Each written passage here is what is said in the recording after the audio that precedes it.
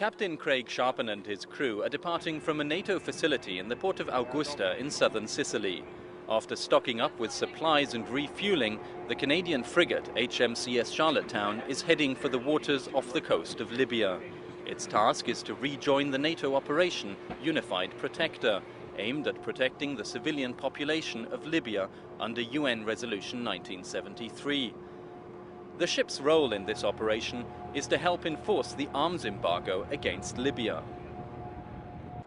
Canada is just one of a growing number of nations contributing to this operation, which began on the 23rd of March.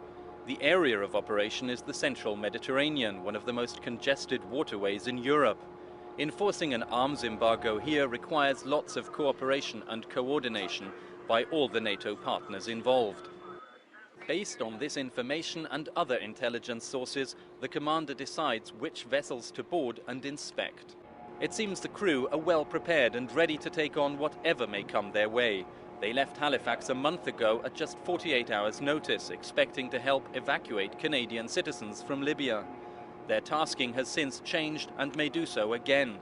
Search and rescue missions to assist the NATO allies enforcing the no-fly zone are one possibility. Humanitarian assistance to Libya is another. We'll be following the progress of HMCS Charlottetown and its crew over the coming days. The Italian Navy's offshore patrol vessel Betica is in transit from Sicily to the waters off the western coast of Libya. The ship is part of the NATO mission to control the arms embargo against Libya under Operation Unified Protector. They have another 10 hours to go before they reach their patrol area near the border between Libya and Tunisia. While the no-fly zone is being enforced in the skies above them, NATO ships are contributing to the arms embargo mission at sea. The area north of Libya has been divided into patrol sectors assigned to each NATO ship. By sharing information, they can be more effective and ensure that vessels are continuously tracked as they pass from one sector into another. To help him make the right decision, Commander Falzi has his operations room team scanning the radar screen around the clock. Based on their information, joint intelligence from NATO command and other warships in the area, he has to decide whether to deploy his helicopter for a visual inspection or send a boarding team. Early in the morning, Betica begins to track a fishing vessel, which arouses suspicion for not responding to radio calls for over half an hour. The Italians circle the boat and get close enough to tell them what to do via megaphone. We are calling you on channel 16. The crew complies and responds in French. They say they're Tunisian fishermen from a nearby port. The Italians have no reason to doubt them. Like a police officer on the beat, Captain Falzi bids them farewell and continues on with his patrol. This is NATO warship. You are clear to proceed.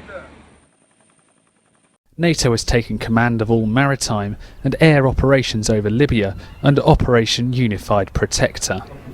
With all the forces now in place, NATO will enforce the United Nations Security Council Resolution 1973.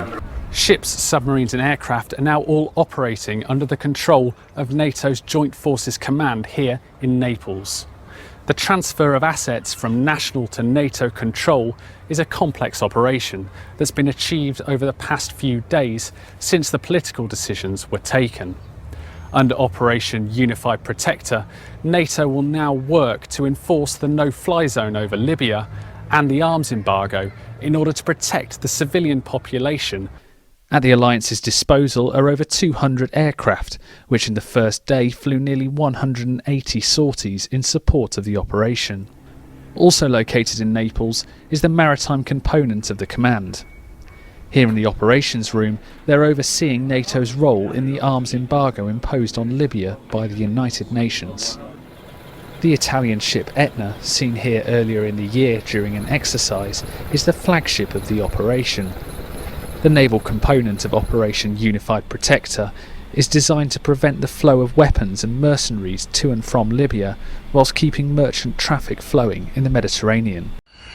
NATO is maintaining a high rate of operations in order to enforce the United Nations resolution on Libya and protect civilians from attack. One of the main bases for this operation lies on the eastern side of the island of Sicily. The base here at Sigonella has suddenly found itself thrust to the centre of world attention. Operations have been rapidly ramped up since the arrival of French, Canadian, Turkish, Danish and Swedish detachments. Only a 30-minute flight from the Libyan coast, it's the perfect base for Operation Unified Protector. Nearly 3 weeks after the Alliance took control of the operation, almost 3,000 missions have been flown, half of them strike missions aiming to degrade the ability of Gaddafi's forces to attack civilians. With so many different nations coming together at short notice on the base, it's impressive to see how easily they've been able to integrate the new detachments. NATO strike sorties have targeted tanks, armoured vehicles and ammunition sites throughout Libya. Seen here is a strike that hit a rocket launcher. But with a complicated situation on the ground, as Gaddafi forces and opposition fighters battle back and forth, pilots have to be extremely careful in how they use the weapons which are available. The air buzzes with activity around Sigonella Air Base on the island of Sicily, but this is far from the usual amount of traffic for an April morning. The strategic location of Sigonella made it the obvious candidate to host units operating over Libya, and faced it with the task of supporting an influx of Air Force personnel. Daily meetings with the commanders of all 7 of the nations now deployed here have ensured the integration of all the different Air Force detachments. Within the Italian air base is the US Naval Air Station, the largest tenant command within the base. The US Navy has been working on supplying the visiting detachments with all they need for operations, fulfilling Sigonella's billing as the hub of the Met. As the political decisions over the situation in Libya took place, military logistics had to swing into action to get the forces where they needed to be. Yes, it was definitely a rapid deployment. We got the UN resolution at 10 after midnight in the morning of Friday. And then later in the morning, we got notice to prepare to move. In the evening, we sent off our advance team. And then the next morning at 0600, we had 6 F-16s lift off from our home base. We landed down here at 11:40, and then 2 hours after that, I called back and said we were ready. It was a rapid response that was quickly able to make an impact on the situation on the ground, particularly in the besieged city of Benghazi. Jets like these are delicate machines, and the quantities of men and material required to keep them operational represents a formidable logistical challenge.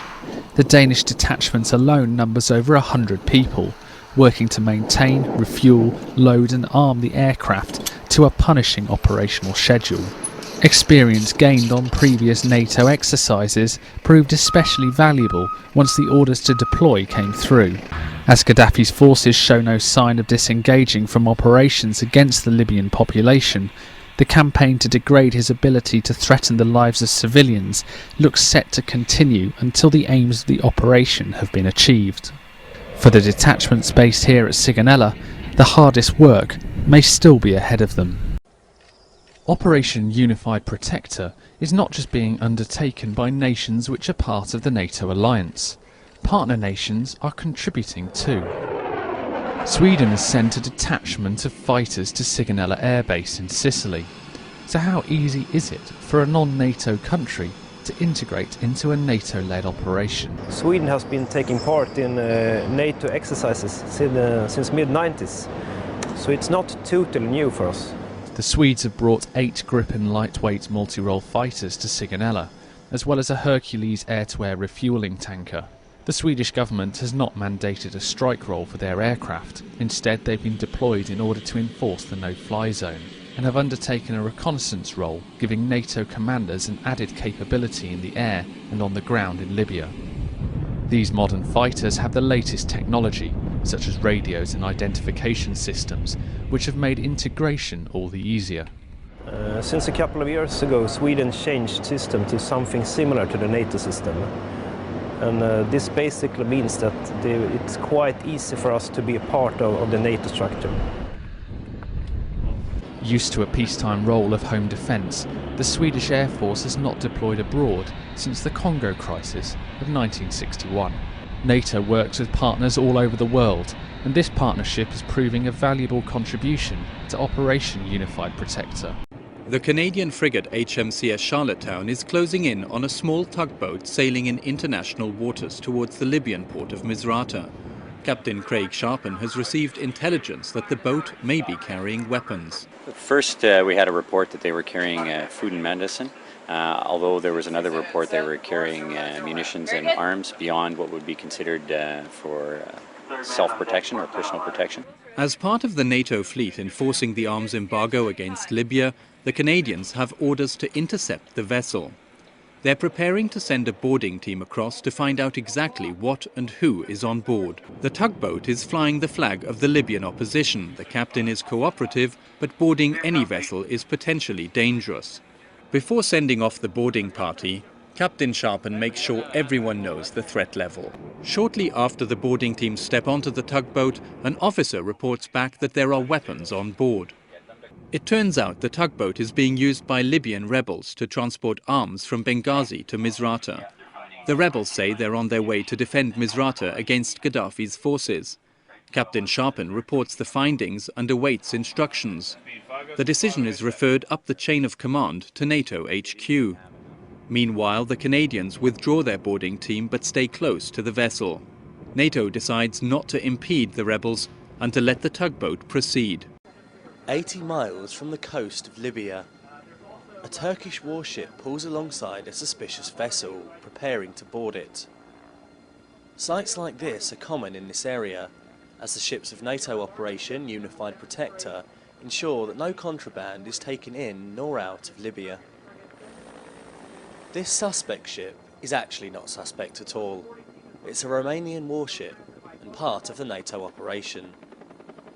Special Forces soldiers, who train regularly in exercises like this, fast rope down from the Turkish helicopter and secure the landing platform.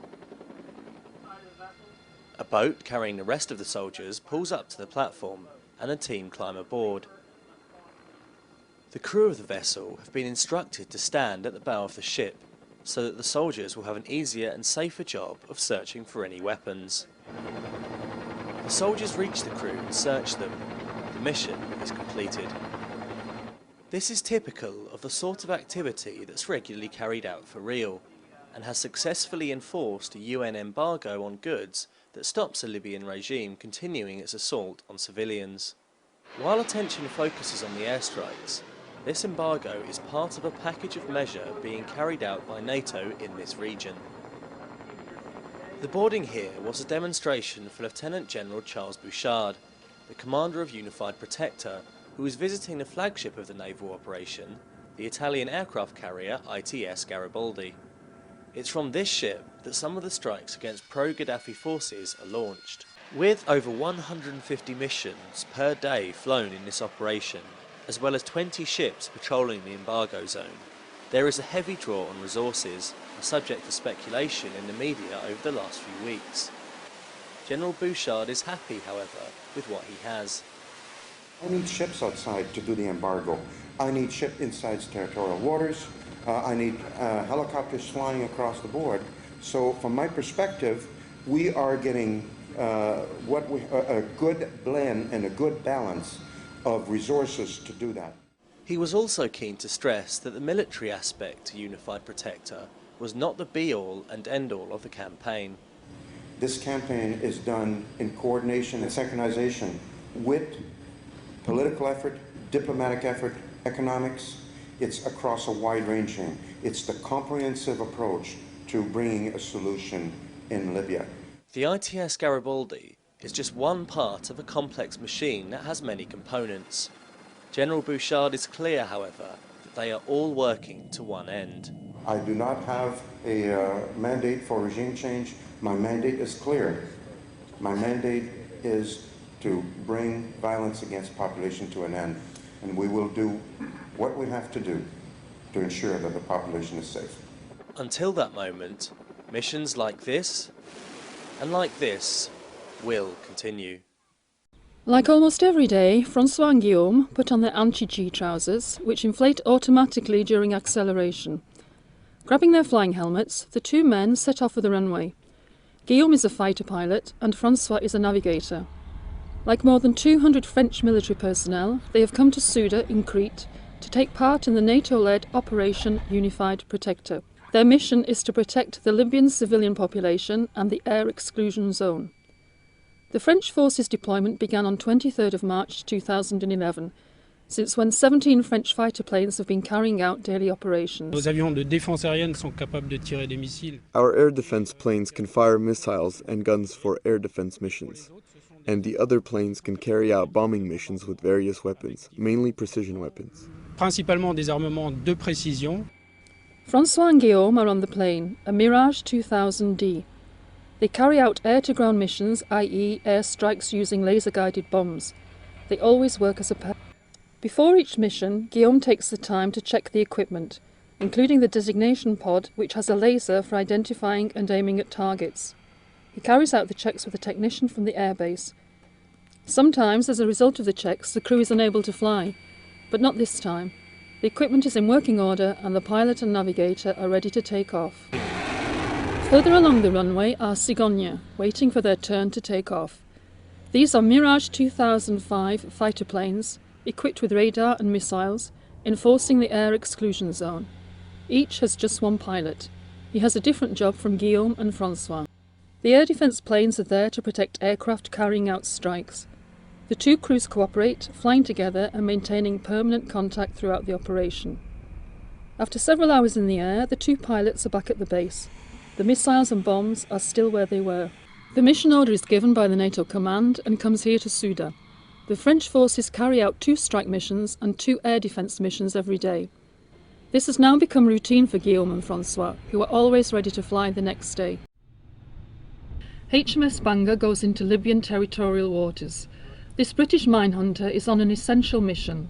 As part of the NATO-led Operation Unified Protector, it has to clear this area of mines dropped by pro-Gaddafi forces.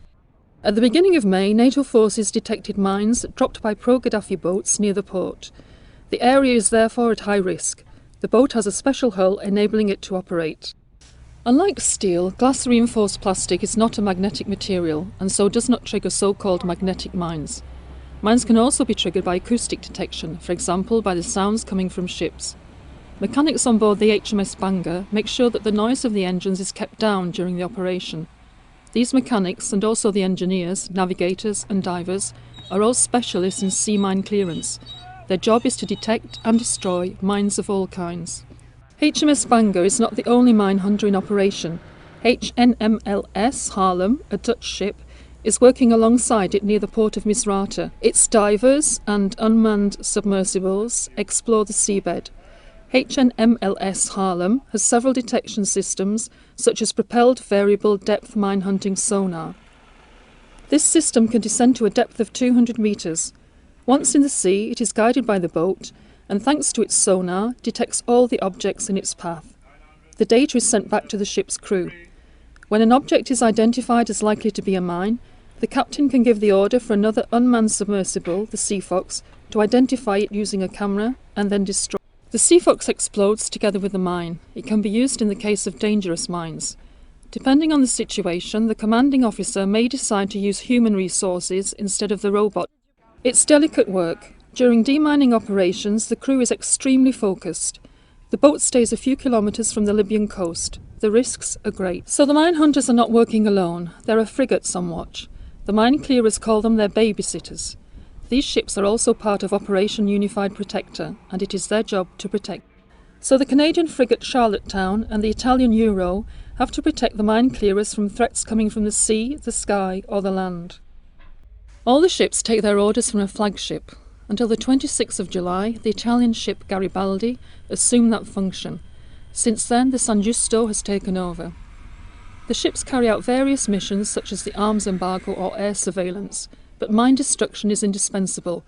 Mines can cause a great deal of damage. Mine clearance is carried out in the framework of the UN Resolution 1973 in order to protect civilian populations. 20 ships under NATO command are now sailing in the Mediterranean. After 42 years, Colonel Gaddafi's rule of fear has come to an end. Finally, Libya can close this long, dark chapter in its history and turn over a new page. NATO and its partners have successfully implemented the United Nations mandate to protect the people of Libya. We will terminate our mission in coordination with the United Nations and the National Transitional Council. And now I call on all Libyans to put aside their differences and work together to build a brighter future. Meeting in Tripoli, members and heads of Libya's forces gathered to discuss the pressing issue of unifying the security forces under a single national security authority.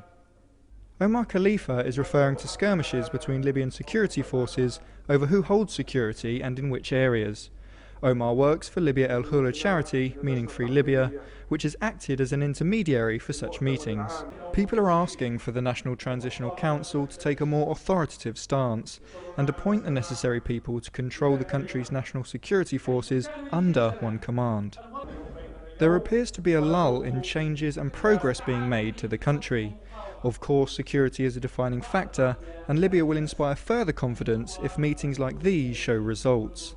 Then, the country can fully focus on developing its economy and infrastructure as a new democratic nation. His job is done. Exactly 7 months ago, Lieutenant General Charles Bouchard took command of NATO's Operation Unified Protector. From the Allied Joint Force Command in Naples, the Canadian general directed the complex air and sea campaign for the people of Libya. The objectives were set by the United Nations, enforcing an arms embargo and a no-fly zone, and protecting civilians against the threat of attack. NATO allies answered the call. They came together faster than ever before, joined by partners from Europe and the Arab world. They conducted the mission from the air and at sea, with no boots on the ground. Gaddafi had assembled his war machine over 40 years. Within 7 months, it was no longer able to attack or harm the Libyan people. But Gaddafi himself was never the target. Let me make myself perfectly clear. Gaddafi was never a single target. Throughout our operation, we remain focused on troops engaging civilians, both directly and indirectly, lines of communications, ammunition depots, maintenance depots, and large concentration of troops preparing to attack civilians. For us, if it was to cause civilian casualties, we would rather wait and come back at another time. One of the best examples that we had was 2 air defense systems were located, but at the same location there was a soccer game taking place. And we actually waited for 2 hours for the soccer games to go, for these young children to leave the area. And once we had ensured that the area was clear, we were able to successfully... But the NATO campaign was not just fought in the air. Bouchard is keen to stress the operations at sea were equally important to the mission's success. Around 20 maritime vessels patrolled the approaches to Libya's coast to prevent weapons and mercenaries from reaching Libya. And the maritime component also played an important role by demining the entrance to the port of Misrata. Bouchard says he had no idea Gaddafi was in the convoy he targeted leaving Sirte. He was surprised the Libyan leader had even stayed there for so long. At the end of the day, my preference would have been to see Gaddafi brought to justice by Libya and to justice by the International Court. But in all, this is passing has brought closure to the people of Libya, and we should focus, and they should focus, on their future, not their past.